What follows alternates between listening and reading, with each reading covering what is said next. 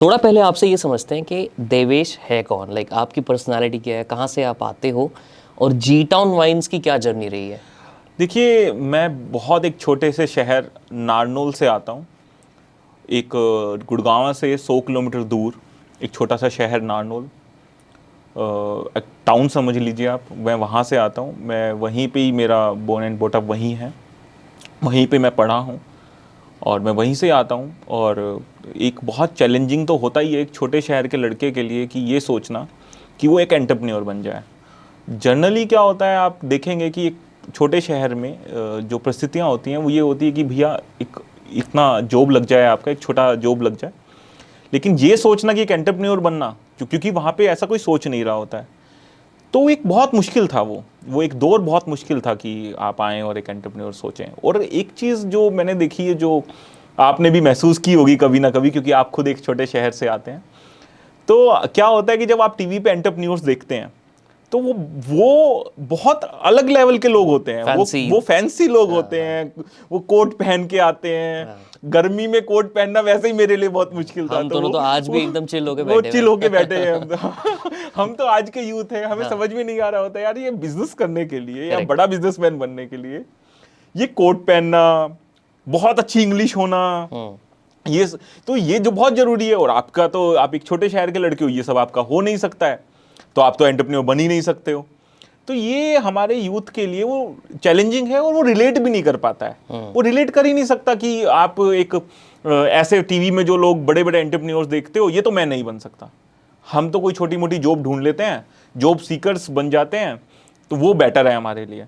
लेकिन फिर मैंने सोचा कि नहीं यार, ये स्टीरियोटाइप तोड़ा जाए और एंटरप्रेन्योर ही बनना है।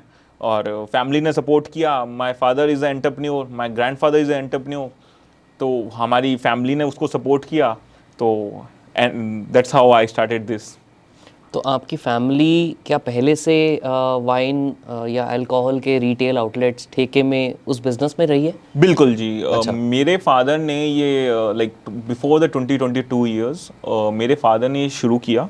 और और उन्होंने ऐसा आउटलेट्स बनाए या फिर ऐसे ही बनाए जो कि आप ठेके के नाम से आप देखते थे या जानते थे, वो मेरे फादर ने बनाए। और उन्होंने भी अपनी समझ के हिसाब से जो वो उसमें इम्प्रूव कर सकते थे किए। उस जनरेशन को जो चाहिए था उन्होंने वो दिया। लेकिन जब हम इस ट्रेड में आए और हमें लगा कि ये ऐसे ठेके तो नहीं होने चाहिए, तो then the G town started. अच्छा। तो आप खुद उस बिजनेस में कब आए, कौन से ईयर में। मैं इस बिज़नेस में 2019 में आया हूँ। अच्छा। और जब मैं इस बिज़नेस में आया था, जो क्योंकि ये मैं आपको बताऊं कि ये पॉलिसी ईयर्स जो होता है, जो ठेके का एक पॉलिसी ईयर होता है, पहले था वो 1 अप्रैल से 31 मार्च तक। ये पॉलिसी ईयर जिसको हम बोलते हैं, क्या ये होता है पॉलिसी ईयर। पॉलिसी ईयर क्या होता है?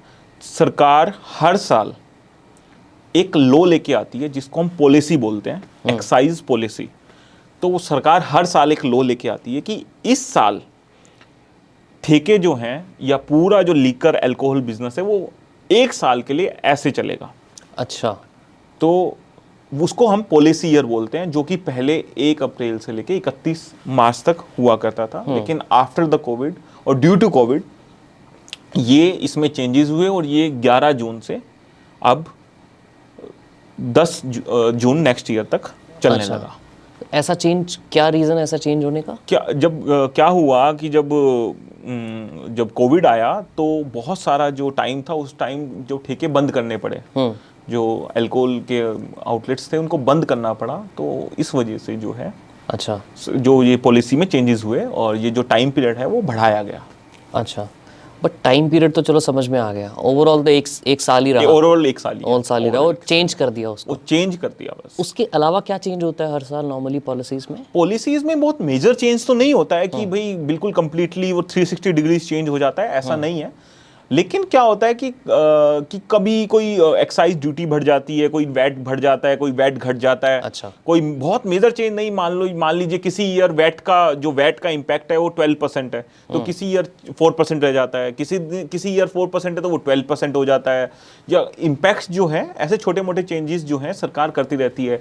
जैसे पहले जो गवर्नमेंट के, मैं आपको मेजर चेंज बताऊं कि पहले ये था कि आपको कम से कम 6 आउटलेट लेने पड़ेंगे एक एंटिटी को। अच्छा। उसको एक ग्रुप बोलते हैं। ओके। एक कि आपको 6 आउटलेट आसपास के लेने पड़ते मतलब थे। 6 ठेके खोलने पड़ेंगे। 6 ठेके कम से कम खोलने पड़ेंगे अगर आप एक ग्रुप चूज करते हैं। तो आज वो 2 ठेके पे है। अच्छा, तो ये मतलब कोई भी बंदा 2 ठेके से स्टार्ट कर सकता 2 ठेके से शुरू कर सकता है। ओके। और ये बहुत अच्छा तो काफी अच्छा improvement इनिशिएटिव है। लिया है गवर्नमेंट ने, और ये